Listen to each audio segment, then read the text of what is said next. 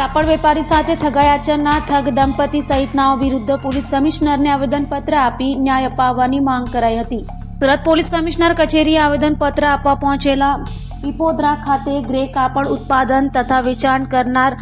રમણીકલાલ બાબુલાલ તિંબડિયા કે જેઓ દેવરામ ટેક્સ ફેબના પ્રોપાઇટર છે, તેઓએ જણાવ્યું હતું કે આરોપી આશીષ નવલકુમાર સુરેકા, સ્નેહા આશીષ સુરેકા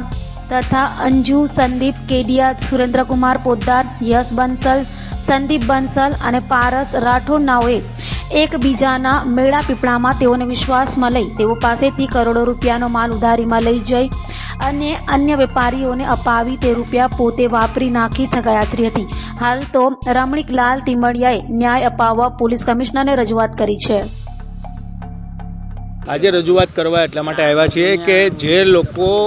એક ઉઠામણાનો દૂર ચલાવી રહ્યા છે, આખું સ્કેન્ડલ ચાલી રહ્યું છે, એમાં આ વખતે મોટા માથાઓ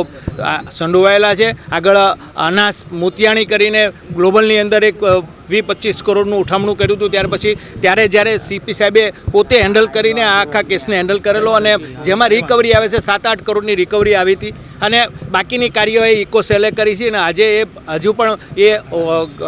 ગુનેગાર છે, ભાગતો ફરે છે અને દુબઈમાં છે। આજે જે પરિસ્થિતિ છે એમાં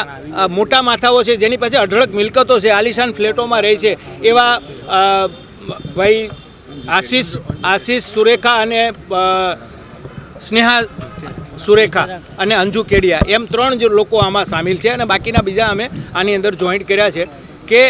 જેની પાસે મિલકત છે છતાં પણ પ્રી પ્લાનિંગથી આટલું મોટું ઉઠામણું કર્યું છે, જેનો ભોગ વિવર્સો બન્યા છે। નિર્દોષ વિવર્સોને ન્યાય માટે અમે સીપી સાહેબને આવ્યા છીએ કે જેમ આગળ પણ હેન્ડલ કર્યું તેવી રીતે સીપી સાહેબ એના હાથમાં લઈ અને આ કેસને હેન્ડલ કરે તો આવનારા દિવસોની અંદર આ એક વેપારનો તંદુરસ્ત વેપારનો જે માહોલ છે એ ડોળવાનું કામ જે આવા લોકો કરી રહ્યા છે એને કડક હાથે ડામી દેવાય।